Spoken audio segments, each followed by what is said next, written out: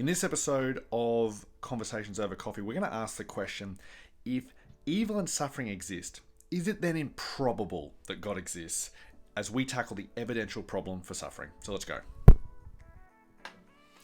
If you're brand new to the channel, thank you so much for stopping by. I want to introduce myself. My name's Chris, and I'm just part of the team here at Beyond. And really at Beyond, what we want to do is we want to create a church or a community that unchurched people would love to engage. So if you stumbled across this video and you're not sure what you believe about faith or Jesus or the Bible or any of that stuff, you've come to the right place. And really, Conversations Over Coffee is just a segment that we do where we answer questions that might come up if we were just simply talking and having a cup of coffee. And we've been talking for the last couple of episodes around the problem of suffering. And I'll link to those up here. And so you can kind of go back and watch those if you want to. And last week, we looked at what's called the logical problem of suffering. And the logical problem of suffering says that it's impossible because of suffering existing for God to exist as well. And today, in this episode, what we're going to look at is what's called the evidential problem of suffering. The evidential problem of suffering is a little bit different because the evidential problem says that because of the suffering in the world, because of the natural disasters, because of the disasters that we see with wars, because of things like viruses that we're all in the middle of right now, that it is improbable that God exists because of the suffering that we can see. So let's spend a couple of moments checking out, is that true? Does it hold any weight? Now, I'll be honest with you, I actually think that this is a much stronger case than the logical problem of evil, because it kind of pulls back on its conclusions and it merely says, hey, it's unlikely that God exists due to all the suffering in the world. So let's look at a couple of challenges or a couple of objections that followers of Jesus might have with this particular way of looking at things. The first thing is that it's really kind of assuming that we know the reasons that God might have for permitting suffering if he were to exist. So one reason to say, there just seems to be no real need for all this suffering is that in saying that, what we're assuming is that we know what God knows. And that's just not actually true. Let me give you an example. There's a movie that stars Gwyneth Paltrow called Sliding Doors. And there's a point in the movie, pretty much the whole movie is based around this moment that Gwyneth Paltrow is walking up to the subway and she's about to jump on the subway. And at the point she jumps on the subway, the movie splits into two parts. In one part, she gets through the subway doors and the doors close behind her. In the other part, the doors close in front of her and she doesn't go through. And the reason that she couldn't get into the doors was because a little girl was playing with her teddy bear and that kind of prevented her getting to the doors. What's super interesting is that throughout this movie, in one of the lives where she got through, she was really prosperous, she was really rich, she had wealth, she had everything that she could have imagined, but she was killed in a fatal accident. Then in the other movie where she didn't get through the doors, her life was miserable, she experienced a whole ton of hardships, and through that life, her life actually turned around, and she began to experience the joys of life. Now, my point here is not that things will eventually work out for the best. My point is that it's just not within our limitations to be able to know all the good or all the evil that could come from the suffering or from the decisions that we make. Life is just so incredibly complex that it is a really big call on the part of someone who wants to resist God by the fact that there's evil in the world to say, well, it's improbable that God has good reasons for allowing suffering. The reality is we wouldn't know. Perhaps there is some good thing that was going to happen today that we wouldn't feel the ripple effects of until centuries later, because life is this one big interconnected thing. Now, I want to clarify here. I'm not kind of appealing this point to like mystery and being like, oh, because we don't know, we can't see it. No, that's not it at all. What I'm appealing to is, and what I'm just saying is, because of our inherent limitations, like there are some things that I'm limited to as a human being. And there are some things that I'm limited to physically, emotionally, all those sorts of things. I just have limits on myself by the very fact that I'm human.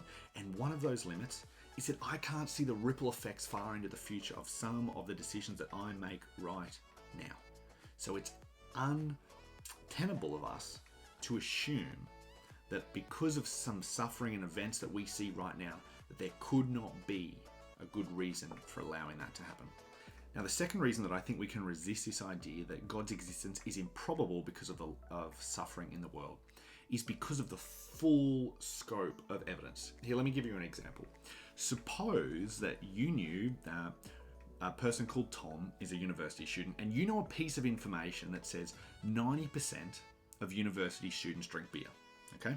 It might be right for you to assume that, hey, Tom's a beer drinker. There's a 90% chance that Tom drinks beer. However, you didn't have the full information. What you find out later is that Tom actually goes to a small university and that 90% of students at that university don't drink beer. Okay, in light of the full scope of the data, now we're changing our assumption. From a minute ago, we said, hey, it's probably likely that Tom drinks beer. Now we're saying, you know what? I don't know if Tom drinks beer at all. And the same is true when it comes to God.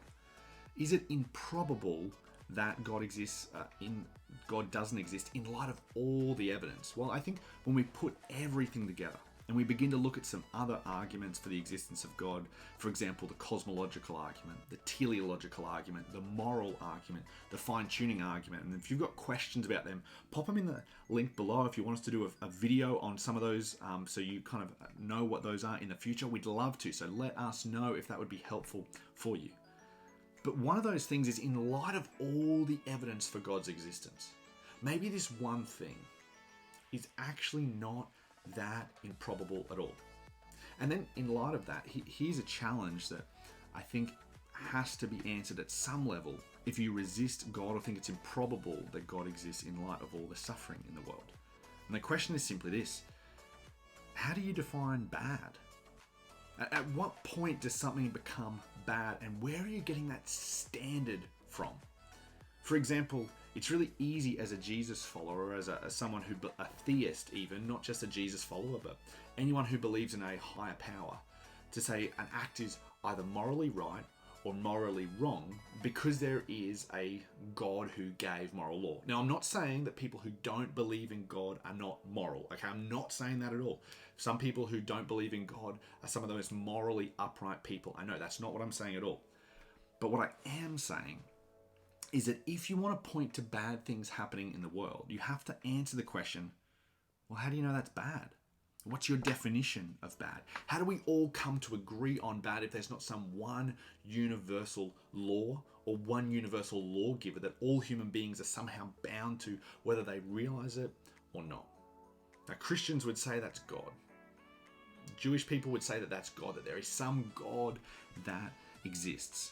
And so I would say that in light of all the evidence, in the light of the scope of all the evidence, and particularly that idea of morality existing, it is really challenging to believe that it's improbable that because of all the suffering, God does not exist. And the third reason that I would encourage you to maybe rethink this idea is because Christianity, following Jesus, actually entails that suffering exists. There are some parts of Christianity, what some Jesus followers might call doctrines or ways of thinking about God, that actually entail that God and suffering both exist.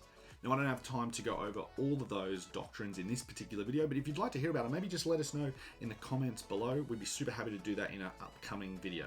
So just recapping quickly those 3 reasons to resist the probability argument for suffering. The first one is that we're not in a position to know all the opportunities in the world, and our human limitation prevents us from seeing perhaps the reasons that God might have for suffering. Second reason to resist is that in light of all the evidence, in the light of the scope of all the evidence, it's actually not improbable that God exists. And the third reason is that there are some parts of Christianity that are actually agree that God and suffering can coexist. When you open the New Testament and you look at the life of Jesus, you actually discover that suffering and God coexisting together actually makes sense in light of Christianity.